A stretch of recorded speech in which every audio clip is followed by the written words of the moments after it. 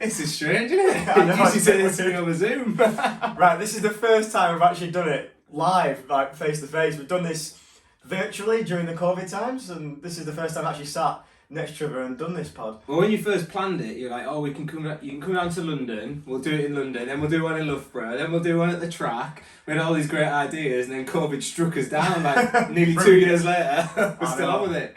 Terrible, but no, we thought to do it today, and we thought we'd go through a few things, and as usual, get straight into it. But we actually had our Lake District retreat since our last chat. I think we did the Loughborough performance retreat in August time, was it? And then we went straight to the Lake District and did our luxury retreat over there. So how was that? How did you find it? It was good. Well, you came, which is good. You came. But, no, you actually had to shoot off for an event, didn't you, on the last day? But on the Friday, you salvaged me from my... No, Thursday, you salvaged me from my bike.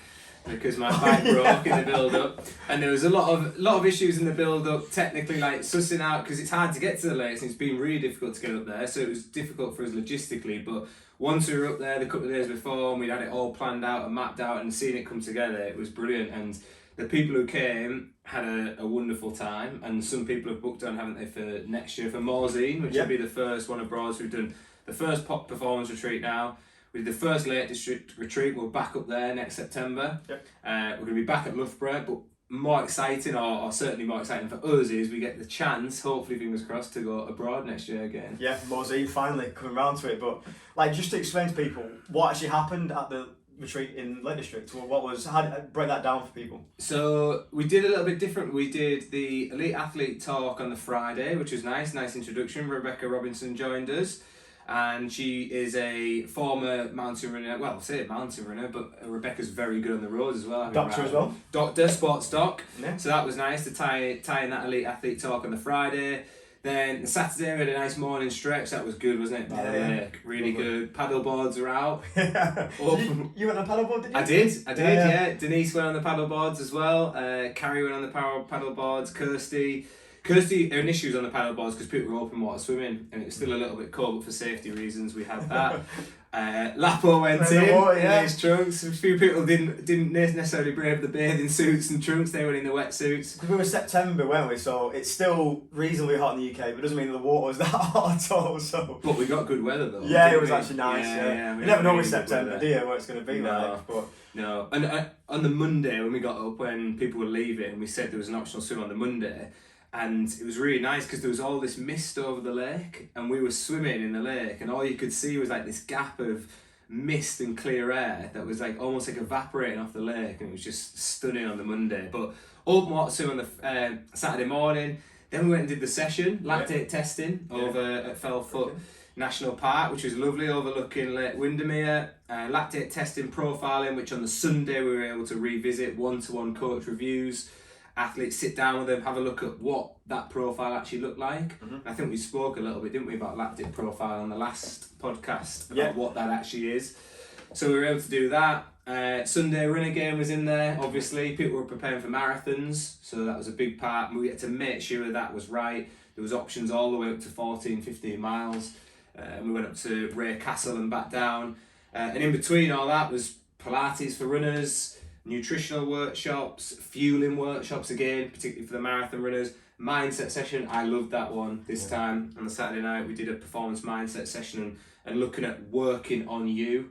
And people spend a lot of time working on other people and helping other people out, but actually when they actually take time to work on themselves. And it was a bit of an eye-opener for a lot of people. Sunday stretch was in there. It was a good group of people as well, wasn't there? Great group of people. Really good group of people, yeah. Smaller group, which was always going to be the case because we only ever had the capacity to take 15 people. And that's if you have 2 in a room. But smaller group of people, around 11 in total. Really nice group. And like I say, we know some of those people previously, but some people had never been before. And some people had never been to the lakes before.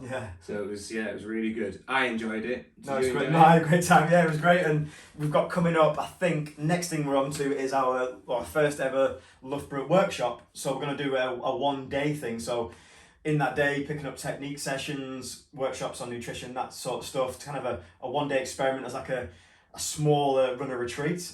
And then once we've done that, we're going to move into our performance retreat, which is in June this time, isn't it? So we've got, let me think of the date, you put me on the spot now.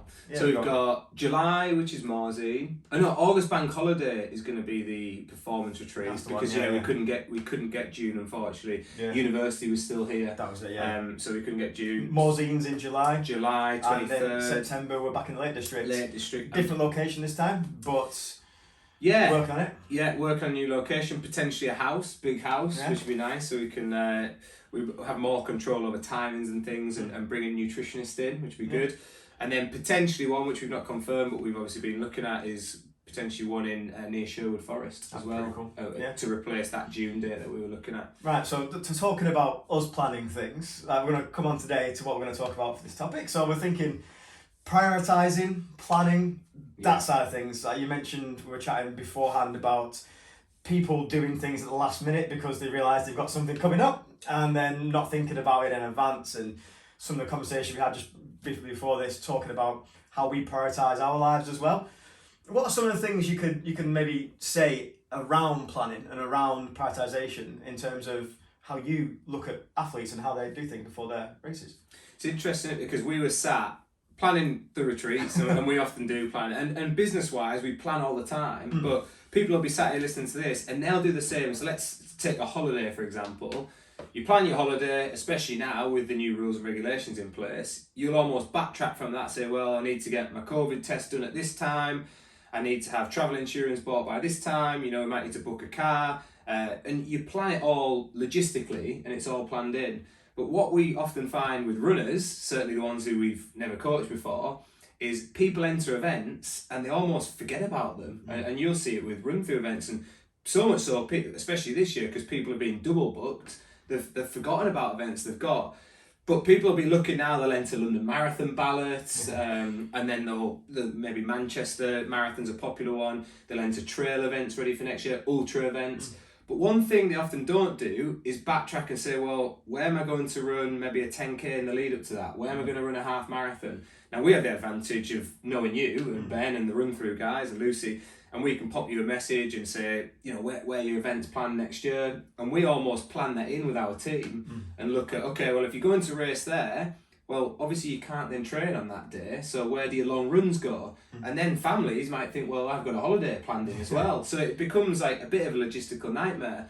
And we quite often leave that to last minute. Yeah. And that's when we find creates a lot of stress for people. I think part of it right now is not trusting that thing's going to happen because of the uncertainty around COVID and all that side of things. Like I know from my perspective, from organising running events, we don't know what the government are going to do in various situations. Yeah. But one thing we do know now, in terms of how they predicted things, the plan B and all that side of things, running events won't stop. Even if the plan B gets kicked in, which is probably one of the worst case scenarios, running events are going to keep happening because the capacity for those things is 4,000 plus. Yes. So small races like run-through races are going to happen all the time.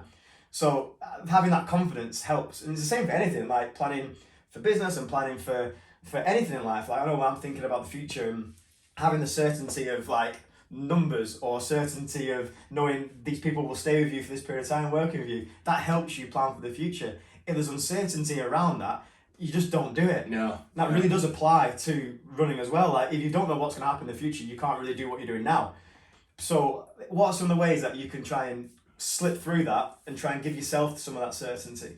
Yeah, because you're 100% right. There's people who still say to us now, I'm not going to enter that because I'm just not quite sure it's going to happen, particularly the abroad races. People looking at half marathons, 10Ks abroad marathons, and they're like, I'm just not still confident enough. But it's because you 100% hit the nail on the head, because we're no longer familiar with it. Whereas before it was just common practice. I'll book Berlin Marathon, of course it's going to go ahead. But now there's a question mark by it. But thankfully now these events are starting to happen again. People are getting the confidence to book in again.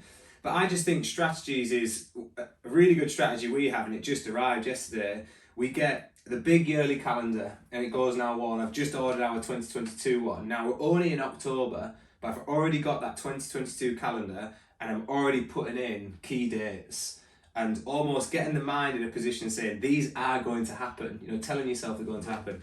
Worst case scenario, they don't happen, but you're better to be prepared for them to happen than not be prepared for them to happen. Because if you're not prepared for them to happen, then your plan's never in place. And then you're going to be panicking last minute. Prices get hiked up of hotels and flights and all sorts of things. But even with running here in the UK, like, events are going to sell out now. You've seen it now that the backlog of events has caught up, where there was all these clashes. Now they're more spread out, they're distributed more throughout the year. They're going to sell out again. In fact, I clicked onto Run Through website the other day, and it's the first time in a long time I've seen sold out on one of the events. But it's going to happen. So if you don't get your entries in, the Brass Monkeys sold out in January already. That's up in Yorkshire. They're going to sell out. So you've got to start to plan ahead and trust yourself. Like, I always think about what's the worst case scenario if something that I'm planning doesn't happen. And the worst case scenario often is you can still do it, a version of it anyway. Yeah. Like 100%. Especially with running races, like, if you've entered a marathon in October and that one race for that some reason gets cancelled, you could probably find a race either weekend, either side, that might be a bit smaller, on a smaller scale, or just go for a 26-mile run on your own and time it, and that's a good enough achievement to do that in a day. Or do a virtual, which people have done before, got used to doing. That's a perfect way to get around it, by like predicting, like, almost that it's going to go wrong in that sense. Like, I sometimes think the worst case scenario is it won't happen, but if I don't do it, I'm going to waste a long period of my life. And, like, let's be honest, like, we're all on this planet for a limited period of time, and, like, a year is a year. It's a long time, like, to put off things. You've got to just do things while you can. Yeah, there's a saying, I can't remember what film it is, but it always stuck in my mind. It was like, plan for the worst and hope for the best, but always plan for the worst case scenario. So if something goes wrong, have you got a plan in place? What's your contingency plan? Like you say, I'm going to run a half marathon on that day, no matter what. So if the race is cancelled, I'm still going to do it. I'm going to go out and do my 13.1 and I'm going to race it quite hard. You've got to have those plans in place. But if you don't put them in place in the first instance, then what will happen is, it's like anything, you'll never get round to doing it. Because how many times we do that? We put something off. Oh, I'll do it next week, I'll do it next week. And then back to your first point about you can find other things to do. We were meant to be away tomorrow. We were meant to go to the lakes. Unfortunately, the person we're going with tested positive for COVID, so we can't go. So over the weekend, Gemma and I sat down, well, where else can we go? And where can we go together? So now we're going somewhere different for a couple of days. All right, the plan's changed slightly, but the principles are still the same. We need a few days away. We need to relax. Gemma ran a marathon. We need some downtime from work. I'll say that, but we never take time off work.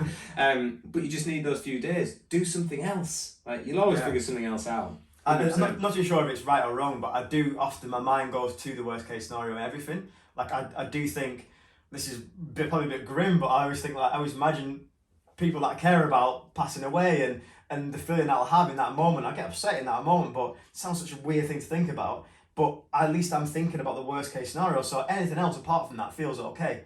Like, I know you'll be upset and anything bad happens to anyone you care about, but it's the same thing for, like, planning for our events or planning for a certain business activity that we're doing or a new retreat. Like, if you can imagine it going completely wrong and you've at least thought about that in your head, when it gets to it, it does go wrong, you're never that disappointed because you've already thought about that thing happening.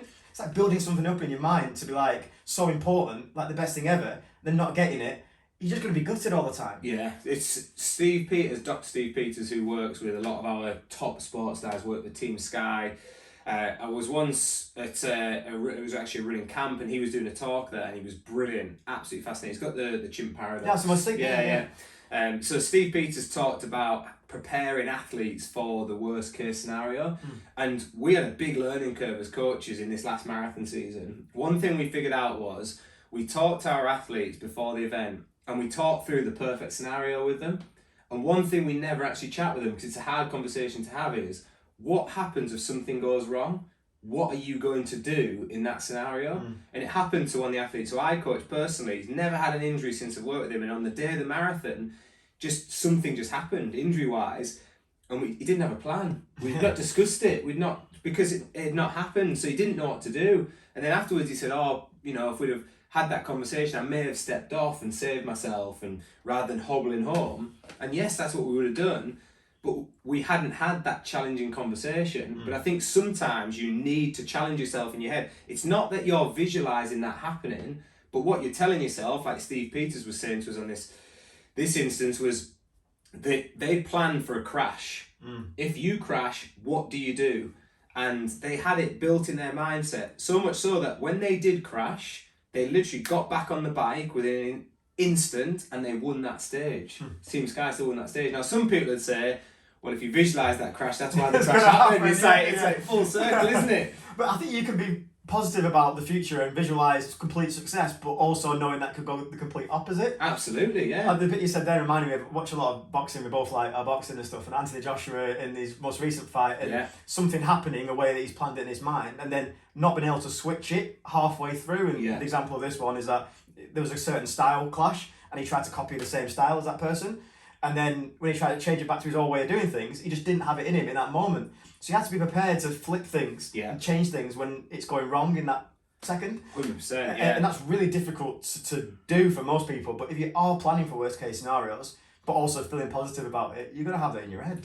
I always think plan A is a seriously bad plan, because how often does plan A just happen? Very rarely. So a couple of things, like having more than one plan is important. For us as runners, when we're in tactical races, a lot of people aren't necessarily involved in just tactical races these days, but let's say you've got a plan and you've planned that yourself and it isn't going according to plan, like maybe a pacing strategy, then have you thought of plan B? What is that plan B? It might be that you need to walk, run at certain stages. Have that in we call it your toolkit. Have it in your toolkit to know that you can go to that. But also the ability to think on your feet. I think technology has kind of squashed that a little bit because we rely so much on the watch and things. But you have to have an ability, as you said there about Joshua, to think on your feet and to be able to change. If you know it's not working, why just keep doing it? But you've got to be able to think on your feet, and that comes with practice as well, being good at practicing it. It's that cliche, is it Mike Tyson thing? Everyone's got a plan till you get punched in the face. Yeah. It's true though, isn't it? True, yeah. Yeah, walk forward, boom, oh God, didn't plan for that one. Yeah, you're the best boxer in the world when no one's sitting in front of you. It's so true. And like part of planning is prioritization, and something we chatted about beforehand, and the way I normally approach things. And sometimes in the past I've been like, I don't have time for this. I don't have time to do this stuff because I've got other things. And I started over a period of time to change that, and I must have read something or heard something that made me flip it. And I said, I'm not prioritizing that anymore. That thing is not important to me enough for me to do right now. And that's fine. And I don't judge myself for not wanting to do that. Like, you have obligations and things you have to do, and sometimes that jumps everything. You have to do it. But that means it's a priority because of the obligation. So like in planning for races and planning for running, that side of things, it's prioritizing what's important. If your priority is running a marathon in a year's time or in 2 years' time, and you get to a 10K race and the weekend doesn't go to plan, that's okay, because your priority is 2 years ahead. Yes, yeah. So don't worry about the things that happened in the meantime to get to that point. It's like you were in on my conversation with Jem last night. We were in the back room, we were chatting about this exact thing about, you can only... I've been watching you through the I'm going to say, the government chipped us. I'm everywhere. But you plan, like you say, you have your big goals, and we just expect as humans for everything to go perfect every time. So whether you have a race in that build up towards that big goal, you just think you're going to perform to your best every single time. And we know, we've been around the sport long enough to know that doesn't happen. Even in training, you have your bad days. But we focus on those bad days so much more than the good days. You might have 9 good days out of 10, but I guarantee your mind will focus on that one bad day more than those good days. And it's the same with races. People say, oh, you're only as good as your last performance. People dwell on it. But you can't be at your best 100% of the time. But you've got to learn to accept that. But also that key word that you keep coming back to, prioritise. You see so many people who... like, they go out and race every single weekend, or maybe multiple times in a week, and then they'll say, I want to run a really good marathon, but in the build-up, I want to do a good ultra, and I want to do a good 5K, and I want to do a good 10K, and you're like, you need to prioritise something here, or else you become a jack of all trades, don't you? Like anything, and a master of none. But even if your priority is being fit and healthy, and the priority is getting out the door and having a healthy lifestyle, and you have a bad race or a bad run or something happens in that period of time, fine. Like, it's not a massive deal. Don't judge yourself on those things. If the goal is keeping fit and healthy, did you go out and do something today that helped that? Then it's fine. And that probably links to the final part of the conversation we were having around the coaching. Again, just learnings from us as coaches was, we focus so much on time goals, and it's hard to get athletes away from time goals, whether they're running 10Ks, marathons, whatever. But when do we actually focus on the process and the process goals? And we say to people all the time, focus on the process, but what does it actually mean? But actually, if you go through that process and train, you're enjoying training, you're getting fitter, you're getting healthier. And when you go to your marathon, say to yourself, right, my process goals are going to be, I'm going to run a second faster half than I do a first half. I'm not going to break, and I know I'm reeling these off as if like I've just made up. I haven't, because there were process goals I set one of the athletes and run the marathon. I'm not going to break 9-minute miles for the first 10k, and I'm going to run with a smile on my face the whole way through the marathon. Take care of those 3 processes. I'll guarantee the time will take care of itself. But even if it's not quite the time you were thinking of, I'll guarantee you'll still enjoy the marathon if you take care of those process goals. But quite often we just focus on the one thing, which is the time. And it's the same with training. Rather than, what happens if you don't run a marathon PB, but you're in a 10k PB, a half marathon PB, and a 20-mile PB in the build-up? Is your marathon being a failure? Absolutely not.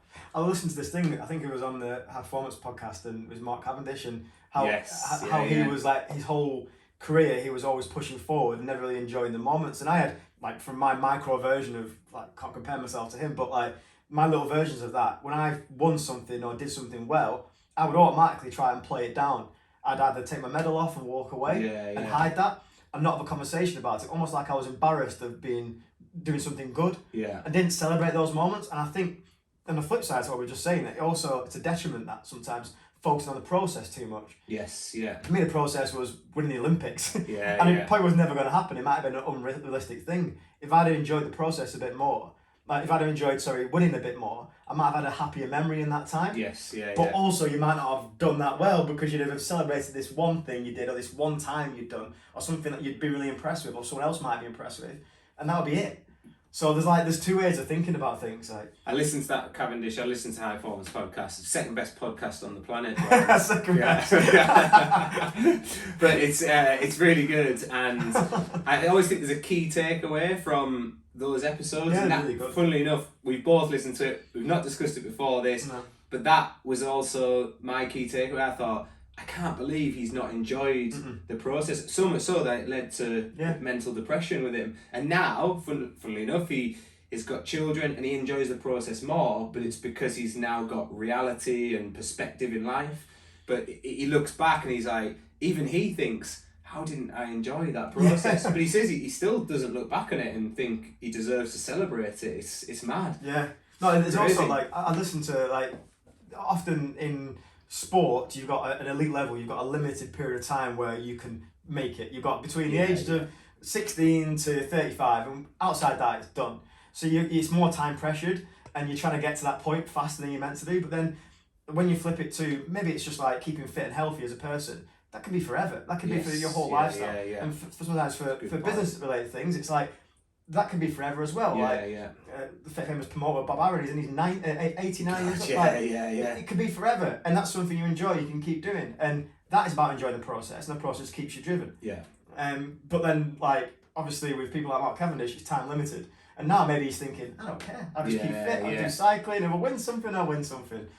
And he realises that it is probably his passion more than he thought. Maybe before he thought it was work. I don't know. But like you say, Bob Arum, some people have a vision to sell a business, don't they? And they have a clear cut-off date. But some people are just so passionate about it, they stick with it their entire lives, like well past the retirement age. And that's when they are really enjoying what they do.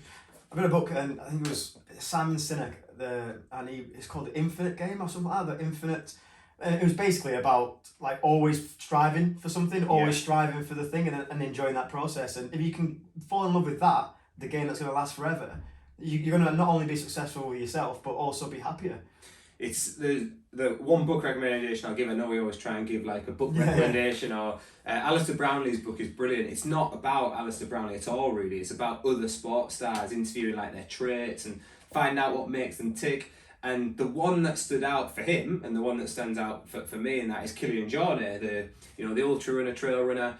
And Alistair quite rightly points out, he's almost flipped it on its head. All the other people he interviews were striving for those big performance goals, Olympics, and they were judging themselves and their happiness on that. Whereas Killian, it's like his playtime, going out training in the mountains, skiing, mixing it up, and the results come because of that process, but he enjoys that process so much that, like Alistair says, it's like the results are almost just second nature, because he's so fit, he's so strong, but he just loves what he does. It's in his natural environment. If you do something you love, you'll never work a day in your life. And that's exactly like him, Like, I think most people listening to this will hopefully love running in some way, and that makes it easier, I suppose, but it's also finding the enjoyment in like the longer game as well. Yes. And not focusing too much on that one goal that you have in the short term. Although that is important because it all contributes to the longer term. Yeah. And part of the thing we do with our retreats and